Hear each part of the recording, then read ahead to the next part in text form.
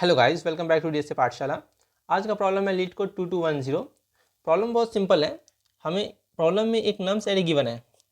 For example हम ये given है, तो प्रॉब्लम में ये कहा गया है कि अगर मेरा nums of I greater than होगा राइट वाले वैल्यू से और मेरा nums of I greater than होगा लेफ्ट वाले वैल्यू से, मतलब जो नम्स ऑफ आई है उसके लेफ्ट में जो वैल्यू है और जो राइट में वैल्यू है उन दोनों से बड़ा है, तो हम हिल बोलेंगे इसको। ठीक है।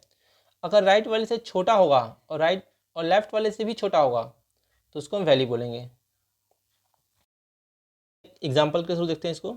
ये देखिए 2 है, तो 2 में तो कोई लेफ्ट में कुछ है ही नहीं, 2 के लेफ्ट में, तो हम 2 को कंसीडर नहीं करेंगे। वैसे यहाँ 5 को देखिए, जो 5th इंडेक्स पे है 5, उसको भी कंसीडर नहीं करेंगे। क्यों? क्योंकि इसके राइट में कोई वैल्यू नहीं है। तो हम सिर्फ 1 से लेके 4 इंडेक्स तक वैल्यू है उसी को कंसीडर करने वाले हैं। क्यों? क्योंकि जो 0 इंडेक्स पे है उसके लेफ्ट में कोई वैल्यू नहीं है, तो हम कंपैरिजन नहीं कर पाएंगे। वैसे ही जो 5th इंडेक्स पे है उसके राइट में कोई वैल्यू नहीं है, तो वहाँ भी हम कंपैरिजन नहीं कर पाएंगे। इसलिए हम इंडेक्स 1 से स्टार्ट करेंगे और 4 पे एंड होंगे। तो हम 4 को देखते हैं। 1 इंडेक्स पे हमारा 4 है, तो क्या लेफ्ट वाली वैल्यू है उससे बड़ा है? हाँ, लेफ्ट वाले से बड़ा है। कि राइट में जो वैल्यू है उससे बड़ा है? हाँ, उससे ही बड़ा है।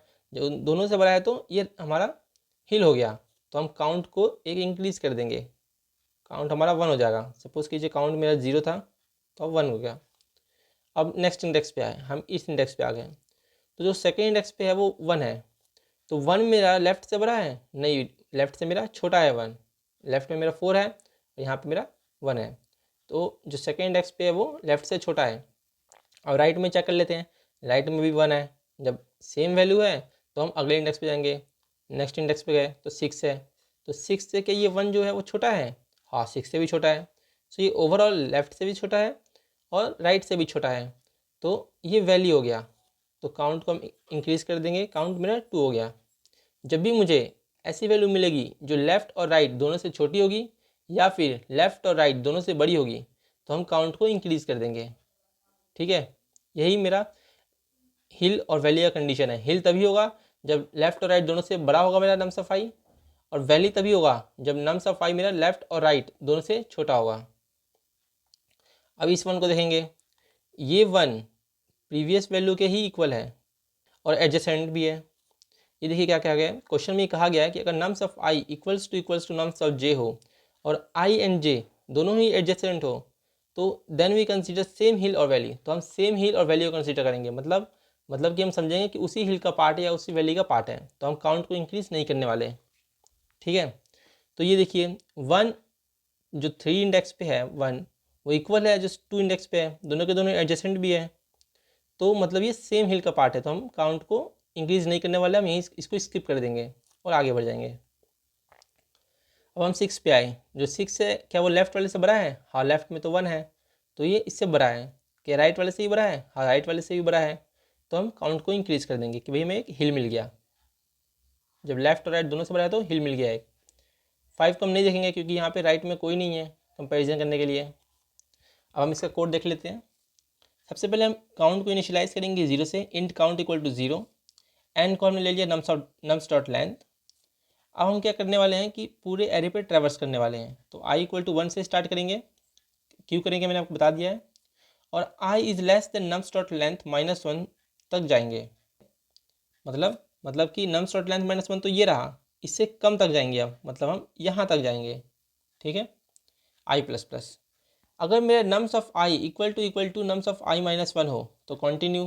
भाई अगर पहले वाले वैल्यू के इक्वल हो नम्स ऑफ आई, सपोज कीजिए मेरा नम्स ऑफ आई ये रहा, तो नम्स ऑफ आई में नम्स ऑफ आई -1 के इक्वल है, मतलब कि एडजेसेंट हो और इक्वल भी है। नम्स ऑफ आई मेरा नम्स ऑफ जो वैल्यूज़ हैं वो इक्वल भी हैं और जो इंडेक्सेस है वो एडजेसेंट भी हैं, तो हम कंटिन्यू कर देंगे। तभी तो लिखा है मैंने nums of i equal to nums of i -1 हो तो कंटिन्यू करो। क्यों? क्योंकि वो सेम हिल और वैली के पार्ट हैं।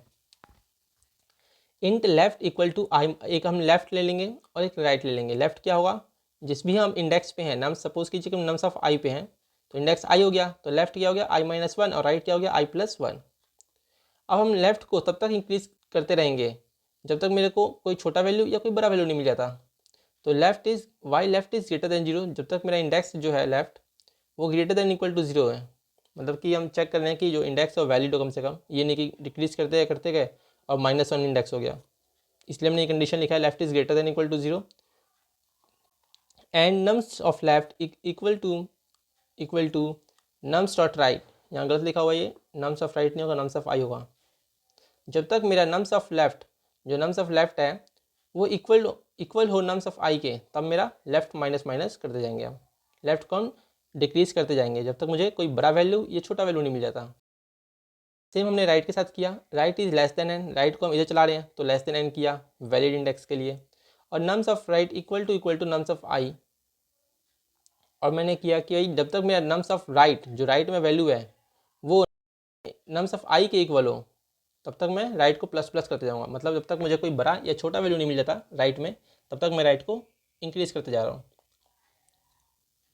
उसके बाद हमने देखा, कंडीशन लगाया भाई if left is greater than 0, अगर मेरा लेफ्ट ग्रेटर देन 0 है मतलब इंडेक्स वैलिड है, right is less than n, right भी लेस देन एन है मतलब कि इंडेक्स वैलिड है, तो हम चेक करेंगे कि नम्स ऑफ लेफ्ट वो छोटा है नम्स ऑफ आई से, अगर मान लीजिए छोटा है, and nums of right is less than nums of i, मतलब हम दोनों तरफ चेक कर रहे हैं कि भाई जो दोनों वैल्यूज़ हैं राइट में और लेफ्ट, जो लेफ्ट में और राइट में जो दोनों वैल्यूज़ हैं वो नम्स ऑफ आई छोटी हैं, अगर छोटी हैं तो काउंट को इंक्रीज़ कर दो।